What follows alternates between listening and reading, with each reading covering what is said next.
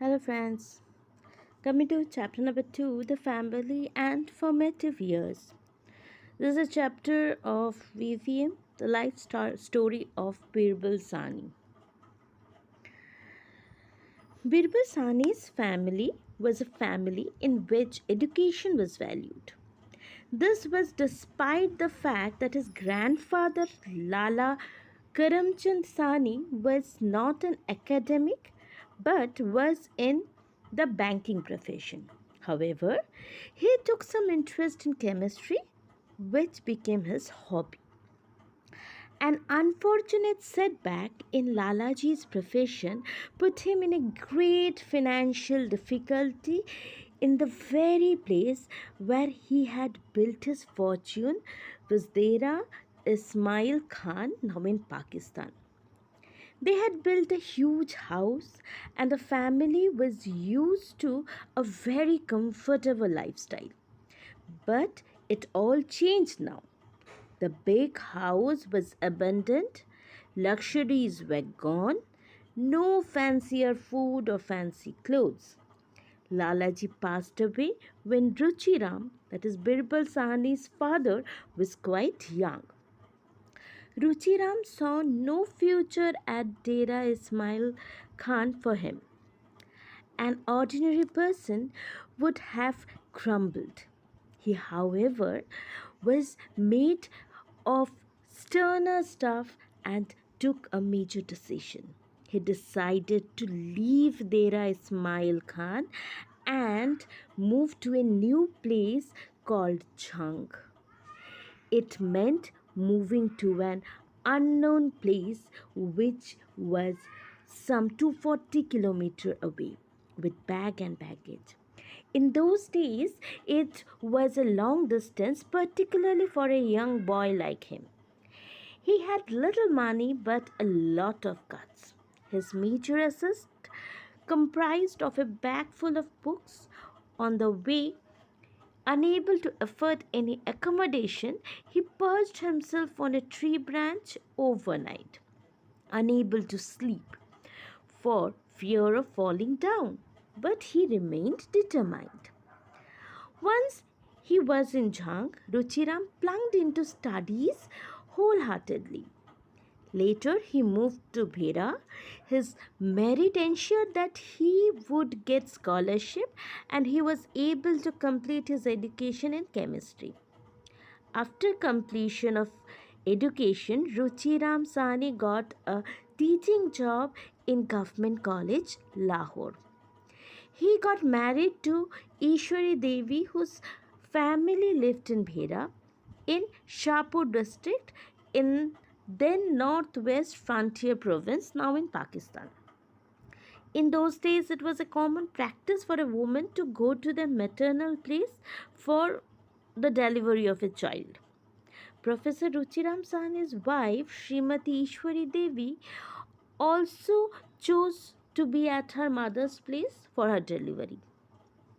Birbal was born in Bera on 14th November 1889.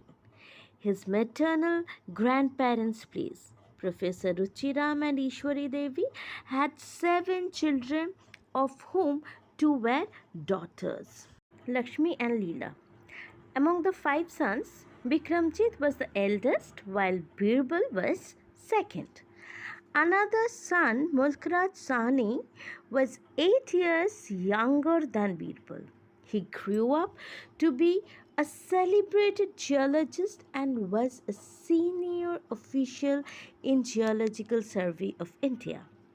Dr. Sahni, that is Mulkraj Sahni's son, Ashok Sahni, rose to be a very famous and accomplished paleontologist who obtained his doctorate from Minnesota.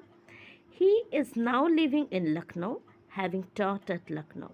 He served as a professor and also pro vice chancellor of Punjab University, Chandigarh, and is known for his pioneering work in paleontology and particularly on Indian dinosaurs. The atmosphere at home was naturally academic, with Ruchiram giving his children all the freedom to learn. Ruchiram Sani, a chemist by education, was interested in radioactivity and went to the UK for research. He also spent some time in the laboratory of Lord Ernest Rutherford, a Nobel laureate. He interacted with Niels Bohr, Nobel laureate physicist of Denmark, who migrated to the USA during the Second World War. Professor Ruchiram was a great science communicator and taught chemistry at Lahore. In those days, he used to bike his way to even small places and give lectures on science. What was equally interesting was that he used to charge only a small token of money for these lectures. He retired as the professor of chemistry in 1918 from the Government College, Lahore. Professor Ruchiram interests were not limited to chemistry alone. He was a natural scientist and a keen observer. He took an interest in social and cultural work and was a very reputed person even in social circles. He was one of the leaders of Brahmo Samaj in Punjab, who remained active even after the retirement from the government job. He was a man of liberal views, a patriot to the core. He plunged into the struggle for independence. All this left a great impression on all his children. Early formal and informal education. Birbal studied at Mission School and Central Model School. He graduated from the Government College, Lahore. His first education was under his great father and from nature. Professor Sani, that is, he believed that the curriculum of education extends beyond the textbook. His conviction was that maintaining and satisfying the curious mind of a child is most crucial for its development. Even as a child, Birbal displayed extraordinary interest in studying nature. He made a large collection of leaves, shells, rocks, minerals, and even crabs. The father, recognizing his child's talents, not only encouraged him in this pursuit, but also took him along during his tour to the Himalayas. It was during such adventure filled vacation that Birbal found his true call, love for untangling the mysteries of nature. He was a born explorer. As an ever curious child, Birbal enjoyed escapes to nature. Whenever possible, he would collect his siblings and venture out to the nearby hills, streams, and fields. Whenever he was in Bera, it used to be his favorite pastime to explore nearby areas. It was the area of salt rains and nature lovers' paradise. One such incident was recounted by his younger brother Mulkraj years later. The incident shows Birbal's adventurous nature but also his forthrightness and his father's liberal and permissive attitude.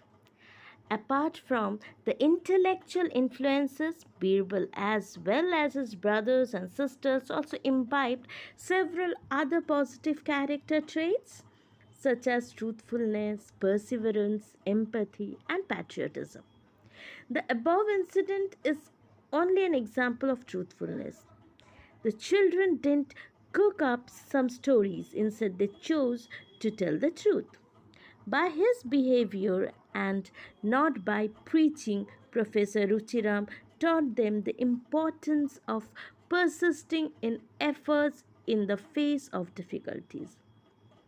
His own travails of journey from Dera Ismail Khan to Jhang and Lahore was a good enough example to teach the value of determined efforts.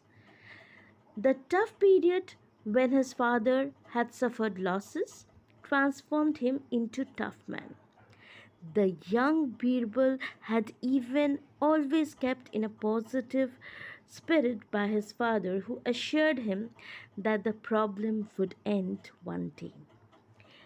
Then they also learned to be bold in the face of difficulties. Everyone faces problems for reasons beyond our control. How we face them decides the course of our future. So, maintaining positivity is one of the major key of success. Professor Ruchiram was a kind hearted person. His attitude to people was instrumental in making the children kind and full of empathy for their whole life. Birbal was particularly influenced by the environment of nationalism in the house. Lahore was among the political centers of India. Following the Jallianwala Bagh massacre in Amritsar and the ensuing non cooperation movement, nationalism took deeper roots. Professor Ruchiram returned to the title given by the British government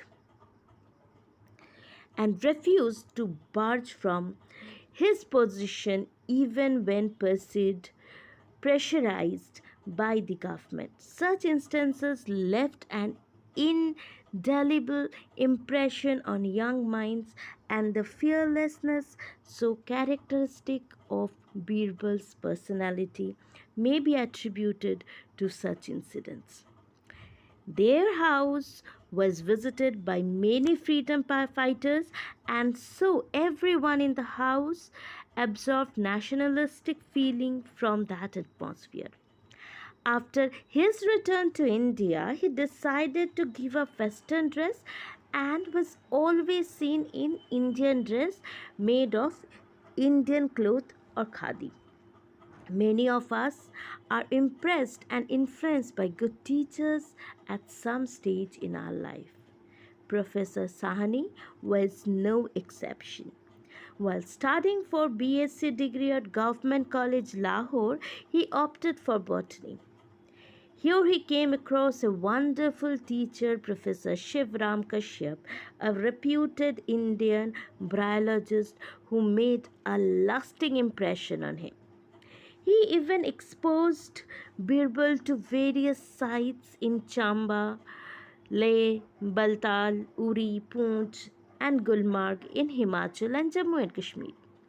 Birbal had also been fortunate to have visited many places, including difficult terrains like Zozila Pass, while his father during summer, with his father during summer vacations.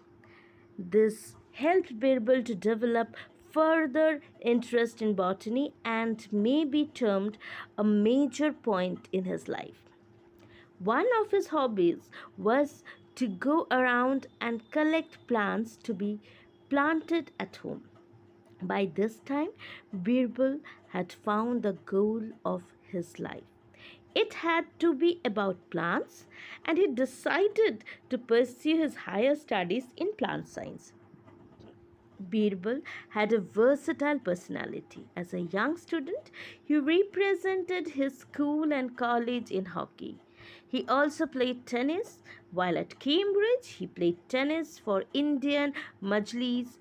Birbal also loved music and could play sitar and violin. He was also good at drawing. All this made him a very balanced person. Thank you.